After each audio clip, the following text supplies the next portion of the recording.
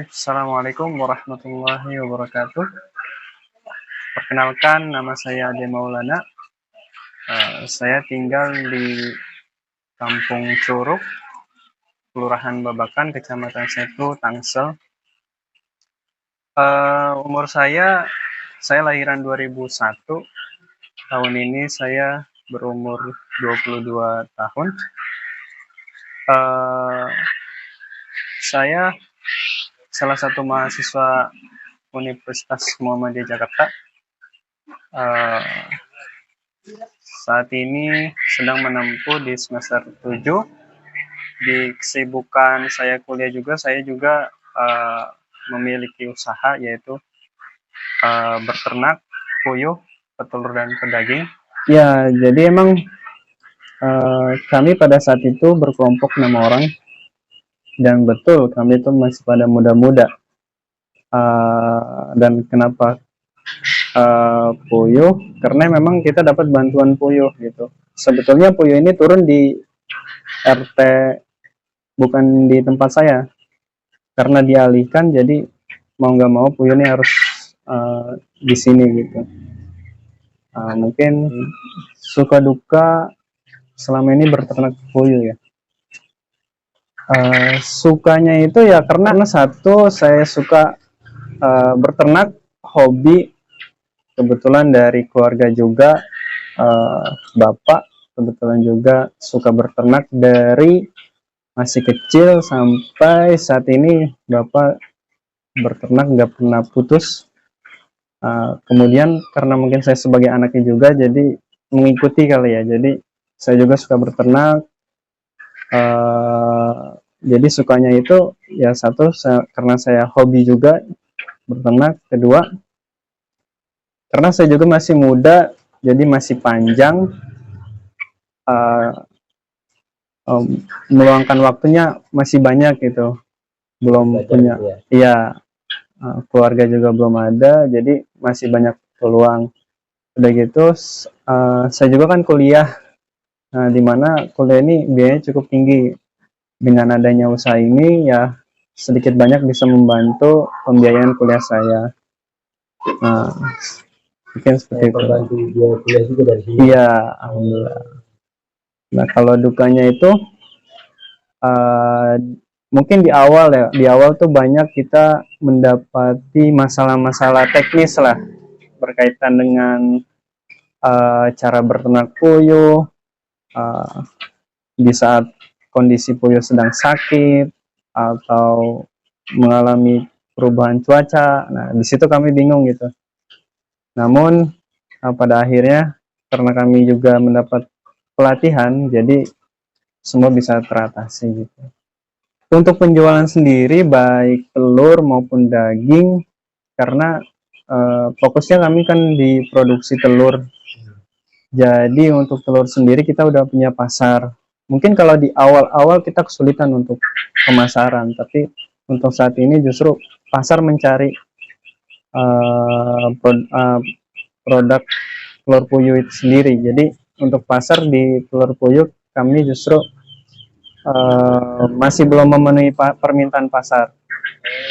Itu untuk telur. Untuk daging, kami juga ada customer yang mana dia peruntukannya untuk pakan kucing atau untuk konsumsi. Jadi untuk daging itu sendiri kami udah mempunyai pasar, tapi tidak signifikan dibanding telur gitu. Jadi dengan populasi saat ini, kita menghabiskan pakan satu karung itu 50 kilo, habis dalam 1 hari setengah. Jadi per hari kita menghasilkan kurang lebih 10 tray lebih.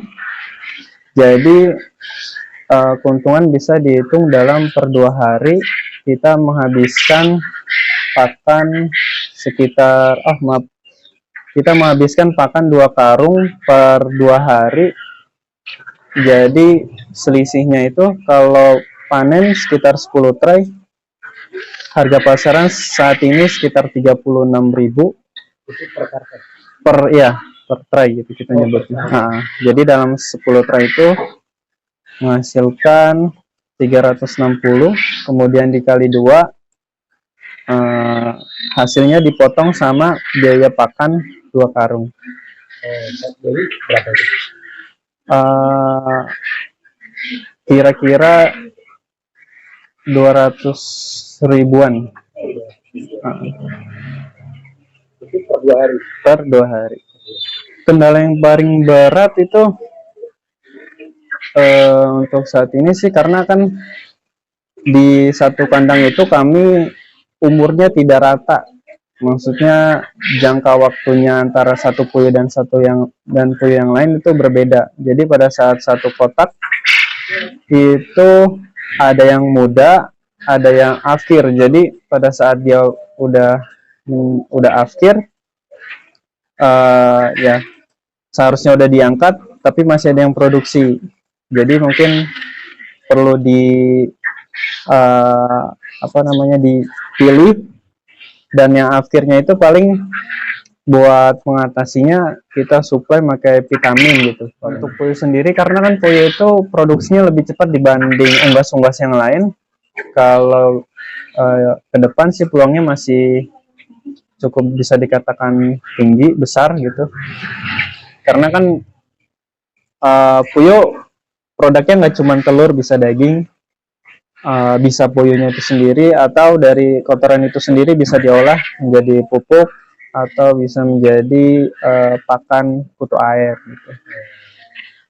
Jadi dari sini banyak yang bisa juga diintervensi untuk penghasilannya ya. Ya betul. Telurnya, dagingnya, kotorannya juga bisa. Ya. Jadi untuk modal awal bisa dikalkulasin seberapa. Kalau saya ngitungnya tuh ya dia ada berapa modalnya gitu. Jadi bisa diukur dengan seberapa besar modalnya. Anggaplah orang punya sekarang duit, cuma punya duit 500.000. Iya, 500.000. Kalau 500.000 ya mungkin bisa muat satu tower dengan kapasitas 100 ekor. Nah, jadi ngolahnya biar jadi banyak juga. Jadi kita bikin telur fertil 4:1.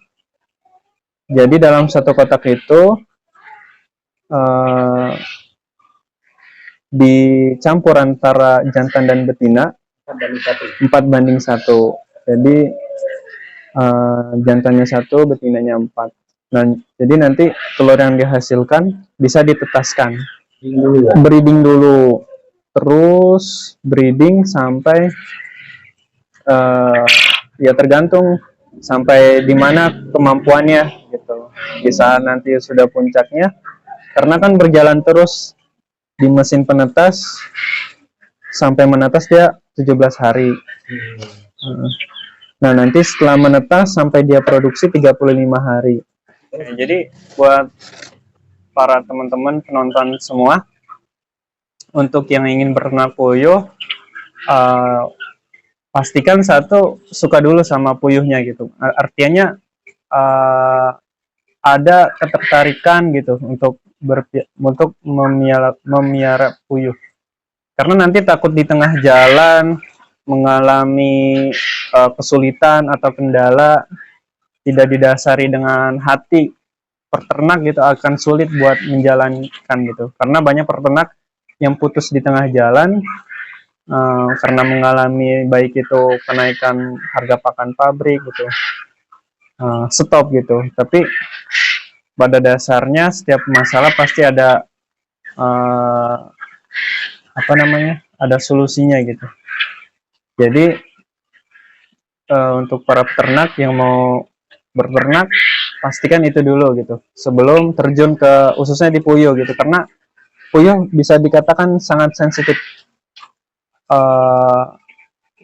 Kalau kita tidak peka terhadap puyuh itu sendiri, bisa buat puyuh itu stres, atau kalau udah stres kan bakal efeknya itu produksi akan menurun. Ya, jadi harus benar-benar apa ya, tekun, ulet gitu. Karena di puyuh juga kalau kita tekun, ulet, ya lumayan juga untuk penghasilannya yang bisa dikatakan lumayan untuk bisa menghidupi kehidupan lah. Mungkin seperti itu. Ya, kami terbuka lebar untuk teman-teman atau siapapun itu yang mau belajar, datang aja ke Puyuh Farm gitu. Kita bisa sharing-sharing atau tanya-tanya. Ya, sedikit banyak pengalaman saya bisa membantu gitu, karena dalam jangka waktu dari 2020 sampai saat ini saya masih terus berternak gitu. Kalau untuk alamat bisa langsung diketik di Google Puyuh Farm. Tepatnya di sana ada maps-nya, bisa langsung menuntun ke Puyuh Farm.